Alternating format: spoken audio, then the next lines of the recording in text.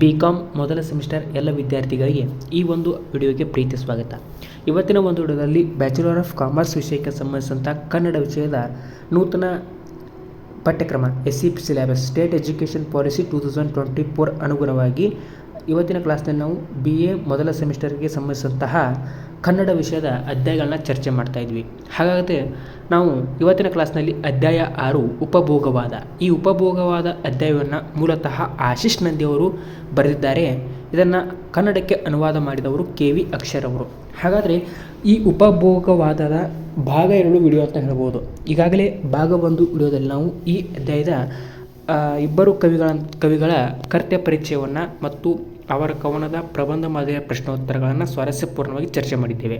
ಇವತ್ತಿನ ಕ್ಲಾಸ್ನಲ್ಲಿ ನಾವು ಕಂಟಿನ್ಯೂ ಪಾರ್ಟ್ ಆಗಿ ಈ ಅಧ್ಯಾಯದ ಟಿಪ್ಪಣಿ ಭಾಗ, ಸಂದರ್ಭ ಸ್ಪಷ್ಟೀಕರಣ, 1 ಅಂಕದ ಪ್ರಶ್ನೋತ್ತರಗಳನ್ನು ಚರ್ಚೆ ಮಾಡಿ ಈ ಅಧ್ಯಾಯದ ಅಂತಿಮ ಘಟ್ಟವನ್ನು ತಲುಪೋಣ ಅಂತ ಹೇಳ್ತಾ ಇವತ್ತಿನ ಕ್ಲಾಸ್ನ ಸ್ಟಾರ್ಟ್ ಮಾಡೋಣ ಬನ್ನಿ. ಮೊದಲಿಗೆ ಟಿಪ್ಪಣಿಗಳನ್ನು ನೋಡೋದಾದರೆ, ಉಪಭೋಗವಾದ ಆಶೀಶ್ ನಂದಿಯವರ ಒಂದು ಪ್ರಮುಖ ವಾಣಿಜ್ಯ ಲೇಖನ. ಜಾಗತೀಕರಣದ ಪರಿಣಾಮವಾಗಿ ಹುಟ್ಟಿಕೊಂಡ ಉಪಭೋಗವಾದ ಸ್ವರೂಪ ಹಾಗೂ ಅದರ ಆಗು ಹೋಗುಗಳನ್ನು ಕುರಿತು ವಿಶ್ಲೇಷಣೆ ಇಲ್ಲಿದೆ. ಬಾಹ್ಯ ಜೀವನದ ಆಡಂಬರವೇ ಉಪಭೋಗವಾದ. ಒಂದು ಕಾಲಕ್ಕೆ ಶ್ರೀಮಂತರಿಗೆ ಮಾತ್ರ ಸಂಬಂಧಿಸಿದ್ದ ಹಾಗೂ ಸೀಮಿತಗೊಂಡಿದ್ದ ಈ ಉಪಭೋಗವಾದ ಇಂದು ಬಡವನನ್ನು ಆಕ್ರಮಿಸಿಕೊಂಡಿದೆ. ವ್ಯಕ್ತಿಯ ಅಂತರಂಗಿಕ ಸೌಂದರ್ಯಕ್ಕಿಂತಲೂ ಬಾಹ್ಯ ಆಡಂಬರದ ಬದುಕಿಗೆ ಹೆಚ್ಚು ಮನ್ನಣೆ ದೊರೆತಿದೆ. ನಮ್ಮ ಜೀವನಕ್ಕೆ ಅವಶ್ಯವಲ್ಲದ ವಸ್ತುಗಳ ಸಂಗ್ರಹದೆಡೆಗೆ ನಾವು ಬೆನ್ನು ಹತ್ತಿದ್ದೇವೆ. ಐಷಾರಾಮಿ ಬದುಕು ನಮ್ಮದಾಗಲೆಂಬ ಹುಮ್ಮು, ಬಯಕೆ, ಆಸೆಗಳು ವ್ಯಕ್ತಿಗೆ ನೆಮ್ಮದಿ ಜೀವನ ನಡೆಸಲು ಬಿಡುತ್ತಿಲ್ಲ. ಹೊಟ್ಟೆಗೆ ಇಲ್ಲದಿದ್ದರೂ ಜುಟ್ಟಿಗೆ ಮಲ್ಲಿಗೆ ಹೂ ಬೇಕೆಂಬ ಹಂಬಲ ನಮ್ಮದಾದರೆ ಬದುಕನ್ನು ನಿರ್ಮಿಸಿಕೊಳ್ಳುವುದು ತುಂಬ ಕಷ್ಟ. ನಾನು, ನನ್ನದು, ನಮ್ಮವರು ಎಂಬ ಭಾವನೆಗಳೆಲ್ಲ ಕಣ್ಮರೆಯಾಗಿ ಏಕಾಂಗಿತನದ ಜೀವನಕ್ಕೆ ನಾವು ಹಾತೊರೆಯುತ್ತಿದ್ದೇವೆ. ಕೂಡು ಕುಟುಂಬಗಳ ವಿಭಕ್ತ ಕುಟುಂಬಗಳಾಗುತ್ತಿವೆ. ಸಂಪತ್ತನ್ನು ಗಳಿಸುವ ಭೋಗ ಜೀವನವನ್ನು ನಡೆಸುವ ಭರದಲ್ಲಿ ನಾವು ಸಾಗಿದ್ದೇವೆ. ಉಪಭೋಗವಾದ ಜೀವನ ದರ್ಶನವನ್ನು ನೀಡಲು ಸಾಧ್ಯವಿಲ್ಲ ಎಂಬುದನ್ನು ಈ ಲೇಖನ ಪರಿಣಾಮಕಾರಿಯಾಗಿ ಪ್ರತಿಪಾದಿಸಿದೆ. ಇಷ್ಟು ಒಂದು ಈ ಅಧ್ಯಾಯದ ಸ್ವಾರಸ್ಯವಾದಂಥ ಟಿಪ್ಪಣಿ ಭಾಗವಾಗಿತ್ತು. ಮುಂದುವರೆದು ಈ ಅಧ್ಯಾಯದ ಸಂದರ್ಭದೊಡನೆ ಸ್ಪಷ್ಟೀಕರಣದ ಪ್ರಶ್ನೋತ್ತರಗಳನ್ನು ನೋಡೋದಾದರೆ, ಪ್ರಶ್ನೆ ನಂಬರ್ 1, ಗುಂಪಿನಲ್ಲಿ ಗೋವಿಂದರಾದವರ ಒಂದು ರೋಗ. ಸಂದರ್ಭ: ಪ್ರಸ್ತುತ ವಾಕ್ಯವನ್ನು ಆಶೀಶ್ ನಂದಿಯವರ ಉಪಭೋಗವಾದ ಲೇಖನದಿಂದ ಆಯ್ದುಕೊಳ್ಳಲಾಗಿದೆ. ಬಳಕೆ ಸಂಸ್ಕೃತಿಯ ಯಶಸ್ವಿ ವ್ಯವಸ್ಥೆ ಅಮೆರಿಕಾದಲ್ಲಿ ರೂಢಿಗೊಂಡದ್ದಕ್ಕೆ ಕಾರಣವನ್ನು ವಿವರಿಸುವ ಸಂದರ್ಭದಲ್ಲಿ ಲೇಖಕರು ಈ ಮಾತನ್ನು ಹೇಳುತ್ತಾರೆ. ಸ್ಪಷ್ಟೀಕರಣ: ಬಳಕೆ ಸಂಸ್ಕೃತಿಯ ಯಶಸ್ವಿ ವ್ಯವಸ್ಥೆಯೊಂದು ಅಮೆರಿಕಾದಲ್ಲಿ ರೂಢಿಗೊಳ್ಳುವುದಕ್ಕೆ ಮುಖ್ಯವಾಗಿ 2 ಕಾರಣಗಳಿವೆ. ಒಂದು, ಅದು ಪ್ರಧಾನವಾಗಿ ವಲಸಿಗರಿಂದ ನಿರ್ಮಿತವಾದ ಸಮಾಜವಾಗಿರುವುದು. ಇನ್ನೊಂದು, ಅಲ್ಲಿನ ಸಾರ್ವಜನಿಕ ಸಂಸ್ಕೃತಿ ದೇಶಭ್ರಷ್ಟರು, ಸಂಸ್ಕೃತಿಯ ಬೇರು ಕಿತ್ತವರು ಆಗಿರುವಂತಹ ಜನವರ್ಗಗಳ ಸಾಮಾಜಿಕ ಮಾನಸಿಕ ತುಡಿತಗಳಿಗೆ ಸ್ಪಂದಿಸಿ ರೂಪಿತವಾದದ್ದು. ಉಪಭೋಗವಾದ ವ್ಯವಸ್ಥೆಯು ಸಂಸ್ಕರಣವೆಂಬ ಈ ಪ್ರಕ್ರಿಯೆ ಇನ್ನೂ ಈ ವಿಶಾಲವಾದ ಇನ್ನೊಂದು ಬೆಳವಣಿಗೆಯು ಕಾಕತಾಳೀಯ ಪರಿಣಾಮಗಳಲ್ಲೊಂದು. ಕಳೆದ 200 ವರ್ಷಗಳಿಂದ ಜಗತ್ತಿನಾದ್ಯಂತ ನಡೆಯತೊಡಗಿರುವ ಈ ವಿಶಾಲ ಸಾಂಸ್ಕೃತಿಕ ಬೆಳವಣಿಗೆ ಯಾವುದೆಂದರೆ ಸಮುದಾಯಗಳ ವಿನಾಶ ಮತ್ತು ಜಗತ್ತಿನ ಹಲವು ಭಾಗಗಳಲ್ಲಿ ಒಬ್ಬಂಟಿತನದ ಗುಂಪುಗಳ ಉದ್ಭವ. ಈ ಪ್ರಕ್ರಿಯೆಗೆ ಈ ಅವಧಿಯಲ್ಲಿ ಬದಲಾಗುತ್ತಾ ಹೋದ ಕೈಗಾರಿಕಾ ಬಂಡವಾಳದ ಸ್ವರೂಪವು ಸಹಕಾರಿಯಾಗಿಯೇ ಕೆಲಸ ಮಾಡಿದೆ. ಆದ್ದರಿಂದ ಉಪಭೋಗವಾದ ಇಂಥ ಆತಂಕಪೂರಿತ ಸ್ಥಿತಿಯೊಂದಕ್ಕೆ ಪ್ರತಿಸ್ಪಂದಿಯಾಗಿ ರೂಪುಗೊಂಡಿದೆ. ಅದು ಬೇರು ಕಿತ್ತವರ, ಒಬ್ಬಂಟಿಗರ ಮತ್ತು ಗುಂಪಿನಲ್ಲಿ ಗೋವಿಂದರಾದವರ ಬದುಕಿಗೆ ಒದಗಿರುವ ಒಂದು ರೋಗ. ಲೇಖಕರು ಇದನ್ನು ವಿವರಿಸುತ್ತಾ ಈ ಮೇಲಿನಂತೆ ಹೇಳುತ್ತಾರೆ ಎಂಬುದು ಉತ್ತರವಾಗಿತ್ತು. ಮುಂದುವರೆದು ಪ್ರಶ್ನೆ ನಂಬರ್ 2, ಬಳಕೆಯ ಪ್ರಮಾಣವು ಒಟ್ಟು ಸಮಾಜದಲ್ಲಿ ಏರುತ್ತಾ ಹೋದಂತೆ ಆಯಾ ಸಮಾಜದ ಬಡವರು ತಮ್ಮ ಬದುಕಿಗೆ ಭೌತಿಕ ಅವಶ್ಯಕತೆಗಳನ್ನು ಪೂರೈಸಿಕೊಳ್ಳುವ ಸಾಧ್ಯತೆ ಏರುತ್ತಾ ಹೋಗುತ್ತದೆ. ಸಂದರ್ಭ: ಪ್ರಸ್ತುತ ವಾಕ್ಯವನ್ನು ಆಶೀಶ್ ನಂದಿಯವರ ಉಪಭೋಗವಾದ ಲೇಖನದಿಂದ ಆಯ್ದುಕೊಳ್ಳಲಾಗಿದೆ. ಬಳಕೆಯ ಪ್ರಮಾಣದ ಹೆಚ್ಚಳ ಸಮಾಜದ ಬಡವರ ಬದುಕಿನ ಭೌತಿಕ ಅವಶ್ಯಕತೆಗಳನ್ನು ಪೂರೈಸಬಲ್ಲದೆಂಬುದನ್ನು ವಿವರಿಸುವ ಸಂದರ್ಭದಲ್ಲಿ ಲೇಖಕರು ಈ ಮಾತನ್ನು ಹೇಳುತ್ತಾರೆ.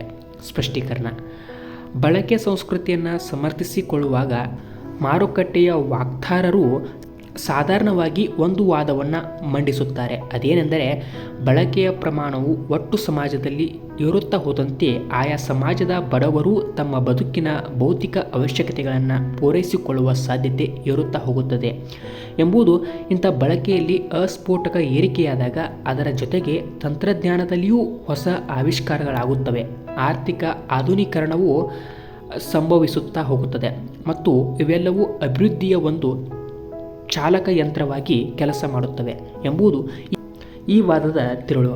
ಆದರೆ ಇಂಥ ಮಹಾನ್ ಸಾಮಾಜಿಕ ದರ್ಶನವು ವಾಸ್ತವದಲ್ಲಿ ಸಂಭವಿಸುವುದಿಲ್ಲವೆಂಬುದನ್ನು ನಾವು ಈಗಾಗಲೇ ಕಂಡುಕೊಂಡಿದ್ದೇವೆ. ಈ ವರ್ಗಗಳು ಮನಸ್ಸಿನಲ್ಲಿಟ್ಟುಕೊಂಡಿರುವ ಮತ್ತು ಇಷ್ಟಪಡುವ ಉಪಭೋಗ ಕ್ರಮದಿಂದ ಸಾಮಾಜಿಕ ಲಾಭಗಳೇನೂ ಇಲ್ಲ.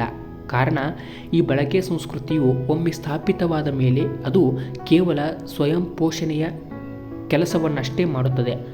ಅತಿ ಬಳಕೆಯು ಶ್ರೀಮಂತರ ಹಾಗೆಯೇ ಈ ಅತಿ ಉಪಭೋಗದ ಸಂಸ್ಕೃತಿಗೂ ಸಹ ಉಪಭೋಗವೇ ಕಾರ್ಯಕರಣಗಳೆರಡೂ ಆಗಿಬಿಡುತ್ತದೆ. ಇದನ್ನು ವಿವರಿಸುತ್ತಾ ಲೇಖಕರು ಈ ಮೇಲಿನಂತೆ ಹೇಳುತ್ತಾರೆ ಎಂಬುದು ಇಷ್ಟು ಸಂದರ್ಭದಲ್ಲಿ ಸ್ಪಷ್ಟೀಕರಣಕ್ಕೆ ಸ್ವಾರಸ್ಯವಾದಂಥ ಉತ್ತರಗಳಾಗಿದ್ವು. ಮುಂದುವರಿದು ಈ ಅಧ್ಯಾಯದ ಕೊನೆಯ ಘಟ್ಟ ಒಂದು ವಾಕ್ಯದ ವಸ್ತುನಿಷ್ಠ ಪ್ರಶ್ನೋತ್ತರಗಳನ್ನು ಚರ್ಚೆ ಮಾಡೋದಾದರೆ, ಪ್ರಶ್ನೆ ನಂಬರ್ 1, ಉಪಭೋಗವಾದ ಲೇಖನದ ಕರ್ತ್ಯ ಹಾಗೂ ಅನುವಾದಕರು ಯಾರು? ಉತ್ತರ: ಉಪಭೋಗವಾದ ಲೇಖನದ ಕರ್ತ್ಯ ಆಶೀಶ್ ನಂದಿ ಹಾಗೂ ಅನುವಾದಕರು KV ಅಕ್ಷರ್. ಪ್ರಶ್ನೆ ನಂಬರ್ 2, ಉಪಭೋಗವಾದ ಲೇಖನದ ತಿರುಳೇನು? ಉತ್ತರ: ಜಾಗತೀಕರಣದ ಪರಿಣಾಮವಾಗಿ ಬಳಕೆಯ ಸಂಸ್ಕೃತಿ ಬಹು ವ್ಯಾಪಕವಾಗಿ ಹಬ್ಬುತ್ತಿರುವುದು ಪ್ರಭಾವ ಪರಿಣಾಮಗಳನ್ನು ಹೇಳುವುದು ಈ ಲೇಖನದ ತಿರುಳು. ಪ್ರಶ್ನೆ ನಂಬರ್ 3, ಕ್ಯಾನ್ಯುಮರಿಸಮ್ ಆಂಗ್ಲ ಪದದ ಕನ್ನಡ ಅನುವಾದ ಪದ ಯಾವುದು? ಉತ್ತರ: ಕ್ಯಾನ್ಯುಮರಿಸಮ್ ಆಂಗ್ಲ ಪದದ ಕನ್ನಡ ಅನುವಾದ ಪದ ಉಪಭೋಗವಾದ. ಪ್ರಶ್ನೆ ನಂಬರ್ 4, ಉಪಭೋಗ ಸಂಸ್ಕೃತಿ ಮನುಷ್ಯ ಸ್ವಭಾವದ ಒಂದು ಅಂಗವೇ? ಉತ್ತರ: ಉಪಭೋಗ ಸಂಸ್ಕೃತಿ ಮನುಷ್ಯ ಸ್ವಭಾವದ ಒಂದು ಅಂಗ ಎಂದು ಯಾವ ಗ್ರಂಥಗಳಲ್ಲಿ ಪುರಾವೆಯಿಲ್ಲ ಎಂಬುದು ಉತ್ತರವಾಗಿದೆ. ಪ್ರಶ್ನೆ ನಂಬರ್ 5, ಉಪಭೋಗ ಮಾರ್ಗವನ್ನು ಒಂದು ಮೌಲ್ಯವೆಂಬಂತೆ ಒಂದು ಜೀವನ ಶೈಲಿ ಎಂಬಂತೆ ಆವಿಷ್ಕರಿಸಿದ್ದು ಎಷ್ಟು ದಶಕಗಳ ಹಿಂದೆ?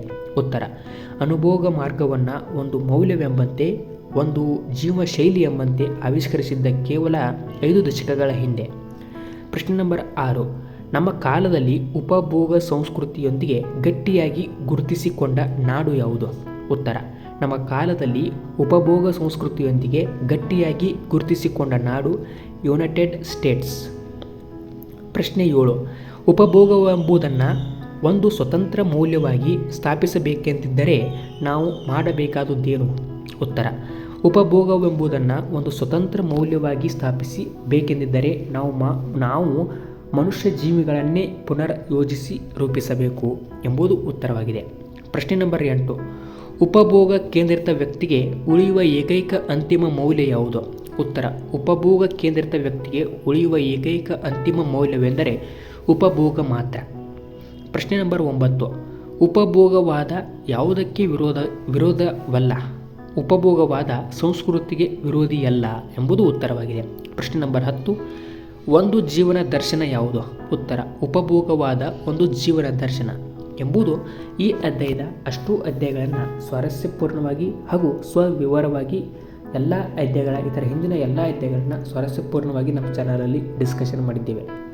ನೀವೇನಾದರೂ ಲರ್ನಿಂಗ್ ಲ್ಯಾಂಪ್ ಚಾನಲ್ಗೆ ಹೊಸದಾಗಿ ವಿಸಿಟ್ ಕೊಡ್ತಿದ್ರೆ ತಪ್ಪದೆ ಚಾನಲ್ಗೆ ಸಬ್ಸ್ಕ್ರೈಬ್ ಆಗಿ ನೋಟಿಫಿಕೇಷನನ್ನು ಆನ್ ಮಾಡ್ಕೊಳ್ಳಿ ಅಂತ ಹೇಳ್ತಾ ಮತ್ತೆ ಮುಂದಿನ ಕ್ಲಾಸ್ನಲ್ಲಿ ಭೇಟಿಯಾಗೋಣ. ಅಲ್ಲಿವರೆಗೂ ಎಲ್ಲರಿಗೂ ನಮಸ್ಕಾರ. ಜೈ ಹಿಂದ್, ಜೈ ಕರ್ನಾಟಕ ಮಾತೆ.